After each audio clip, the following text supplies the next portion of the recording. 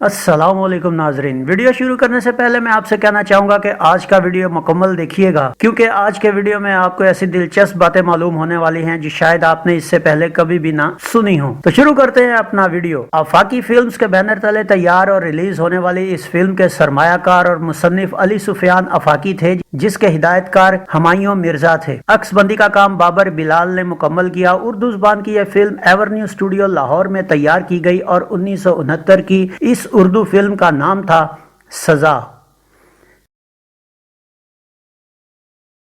सजा के नुमाया फनकारों में जमील, रोजीना, नैयर सुल्ताना, दर्पण, तमन्ना, तालिश, साइका, कवि, साकी, तानी, आगा दिलराज, मास्टर मुराद, इकबाल खटाना, असद जाफरी और नीनी शामिल थे। इस फिल्म की कहानी क्या थी, आइए देखते हैं।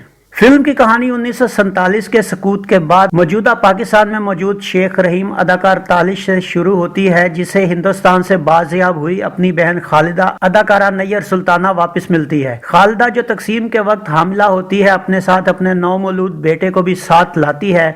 शेख रहीम जो उस वक्त शहर की मारूफ सियासी शख्सियत बन चुका होता है, वो जमाने के खौफ से खालिदा के साथ अपनी बीवी अदाकारा तमन्ना को भेजकर महाना खर्च के इवज उस बच्चे को एक गरीब औरत अदाकारा तानी के स्पुर्द कर देता है। शेख रहीम के घर में ही खालिदा की मुलाकात राशिद अदाकार दर्पण से होती है, जो इनके बाप के दोस्त का बेटा होता है। अरशद पहली नजर में ही खालिदा को पसंद करने लगता है। इधर शेख रहीम और इसकी बीवी को खालिदा की शादी की फिक्र होती है, मगर खालिदा शादी से हर बार इनकार कर देती है। कुछ सालों बाद एक दिन दोनों मियाँ बीवी खालिदा को उसके बेटे गुड्डू की सालगिरह से वापस आते ही दोबारा मजबूर करते हैं, मगर खालिदा बेटे की मोहब्बत में फिर इनकार कर देती है। इस बार शेख रहीम उसे खुदकुशी की धमकी देकर कायल कर लेता है और यूं खालिदा की शादी हो जाती है। शादी के चंद दिन बाद ही राशिद को वकालत की आला तालीम हासिल करने की खातिर 4 साल के लिए इंग्लैंड जाना पड़ता है और खालिदा भी दिल पर पत्थर रखकर उसके साथ चली जाती है। लेकिन उनके पीछे शेख रहीम और उसकी बीवी जैनब को बुलाकर खालिदा के बच्चे का महाना खर्च बंद कर देते हैं और जैनब अपने बच्चे के साथ खालिदा के बच्चे को भी पालने का बीड़ा उठा लेती है। 4 साल बाद खालिदा वापिस आती है तो सबसे पहले जैनब के घर अपने बेटे गुड्डू से मिलने जाती है, जहां उसे जैनब के 1 साल पहले घर छोड़ने का इल्म होता है। दूसरी तरफ जैनब बीमारी की वजह से मौत के करीब होती है, लेकिन मरते वक्त वो गुड्डू अदाकार मास्टर मुराद को ये बात बता देती है कि वो उसकी हकीकी मां नहीं। अब खालिदा भाई और भाभी के पास आकर उन पर खूब बरसती है। वक्त गुजर जाता है। गुड्डू अदाकार जमील और जैनब का बेटा अदाकार कवि जवान हो जाते हैं। गुड्डू एक पेंटर बन जाता है, जबकि अलीम लोगों को ठगने का काम करता है। गुड्डू जो मालिक मकान की बेटी ताजी अदाकारा रोजीना से मोहब्बत भी करता है, एक दिन इत्तफाकन अपने सगे मामू रहीम को अपने इलाके में तकरीर करते देखकर उनसे मुतासिर होता है और नौकरी की खातिर उनके घर चला जाता है, मगर रहीम उसे बेइज्जत करके निकाल देता है। लेकिन वापसी पर उसे और खालिदा की बेटी आबिदा अदाकारा नीनी यानी अपनी सौतेली बहन मिल जाती है, जिसे एक शराबी से बचाकर गुड्डू उसे उसके घर छोड़ने आता है, जहाँ खालिदा गुड्डू का नाम सुनकर चौंक जाती है और उसे गुड्डू से अपनायत भी महसूस होती है। आबिदा की सालगिरह पर गुड्डू खालिदा को जैनब के बारे में बताता है, जिस पर खालिदा को धचका लगता है और वो समझ जाती है कि गुड्डू ही उसका बेटा है। उसी रात खालिदा गुड्डू के पास जाकर उसे हकीकत बताती है, मगर हालात का मारा और जमाने का ठुकराया गुड्डू उस पर खूब गुस्सा होता है। खालिदा वापस जाकर अपने भाई रहीम को खूब सुनाती है, जिस पर रहीम गुड्डू से मिलकर उसे शहर छोड़ने को कहता है। गुड्डू शहर से जाने लगता है, मगर ताजी उसे रोक लेती है। ताजी की मोहब्बत में गुड्डू रुक तो जाता है, मगर जाने का इरादा मुलतवी नहीं करता। अगले दिन गुड्डू आबिदा और खालिदा से मिलने जाता है, मगर माँ बाप की गैर मौजूदगी में सिर्फ आबिदा से मुलाकात हो पाती है। आबिदा गुड्डू को अपनी गुड़ियां दिखाने के लिए उन्हें लेने अपने कमरे में जाती है, जहाँ पहले से छुपा एक बदमाश आबिदा को पकड़कर उसकी आबरू रेजी करने की कोशिश करता है। आबिदा की चीख सुनकर गुड्डू उसके कमरे तक पहुँचता है, जहाँ उसकी बदमाश से हाथापाई हो जाती है। लड़ाई के दौरान वो बदमाश अपने ही गिरे हुए चाकू पर गिरता है और मर जाता है। अदालत में मुकदमा चलता है और गुड्डू कातिल करार पाता है। खालिदा उसे जेल में मिलने जाती है, जहां इन दोनों माँ बेटा की बातें अलीम सुन लेता है। अलीम ये बातें खालिदा के शौहर राशिद को बताता है, जो अलीम की बात सुनकर हैरान हो जाता है। अगले दिन अदालत जब गुड्डू को सजा सुनाने लगती है तो खालिदा उठकर सारी हकीकत अदालत को बताती है, जिस पर गुड्डू कत्ल के इल्जाम से बरी हो जाता है। यूं गुड्डू को अपने माँ बाप और घर मिल जाता है। वो और ताजी एक हो जाते हैं और फिल्म खत्म होती है।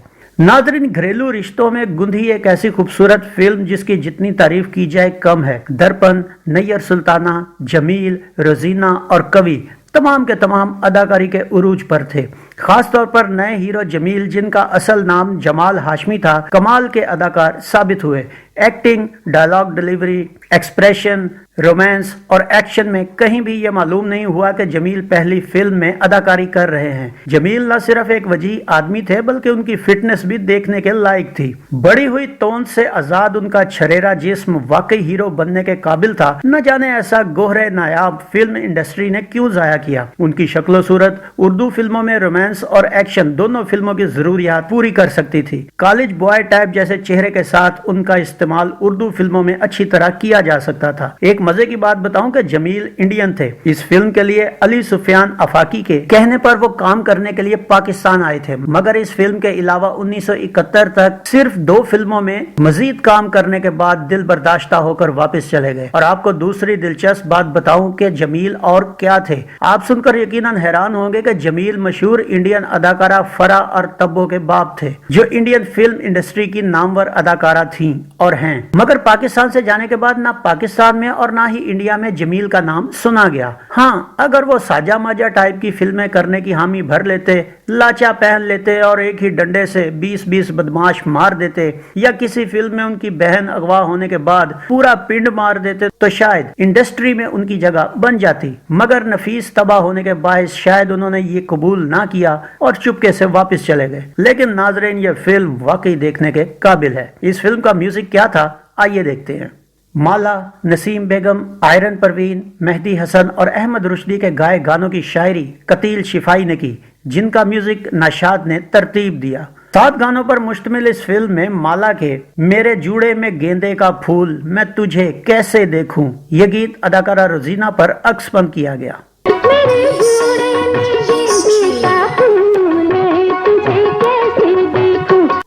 तूने बार बार बार किया मुझे बेकरार, ये गीत भी अदाकारा रोजीना पर फिल्माया गया।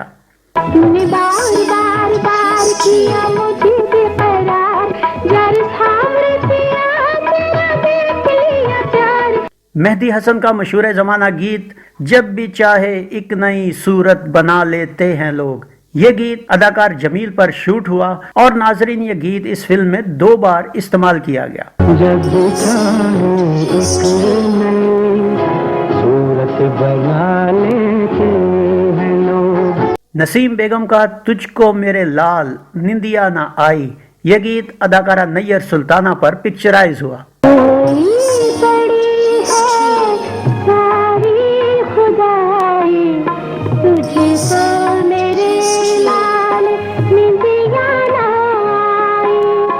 अहमद रुश्दी का मैं क्यों दामन को फैलाऊं, मैं क्यों कोई दुआ मांगू, ये गीत अदाकार दर्पण पर अक्सबन किया गया।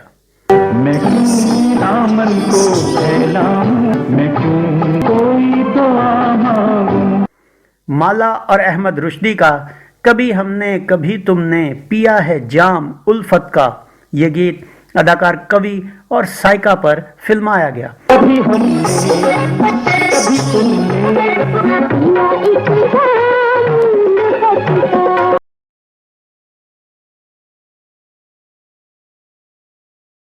ये फिल्म 26 दिसंबर 1969 बरोज जुमा को पाकिस्तान भर में नुमाइश के लिए पेश की गई।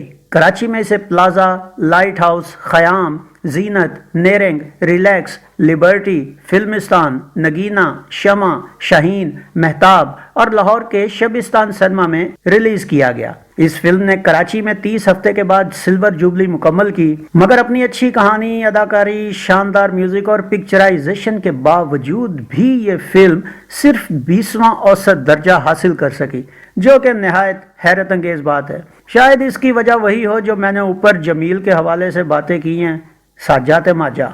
बहरहाल मैं इसे जाती राय के मुताबिक क्लासिक फिल्मों में शुमार करूंगा। तो ये था फिल्म सजा का एक मुकम्मल रिव्यू। उम्मीद है आपको हमारा ये वीडियो पसंद आया होगा। वीडियो पसंद आया हो तो इसे लाइक कीजिए, गुलफाम को इजाजत दीजिए। इसके साथ ही खत्म होता है हमारा 1969 का साल। अगले वीडियो में तमाम फिल्मों के एक मुख्तसर जायजे के साथ आपके सामने दोबारा हाजिर होंगे। अपना बहुत सा ख्याल रखिएगा। अल्लाह आपका हामी नासिर हो। اللہ حافظ.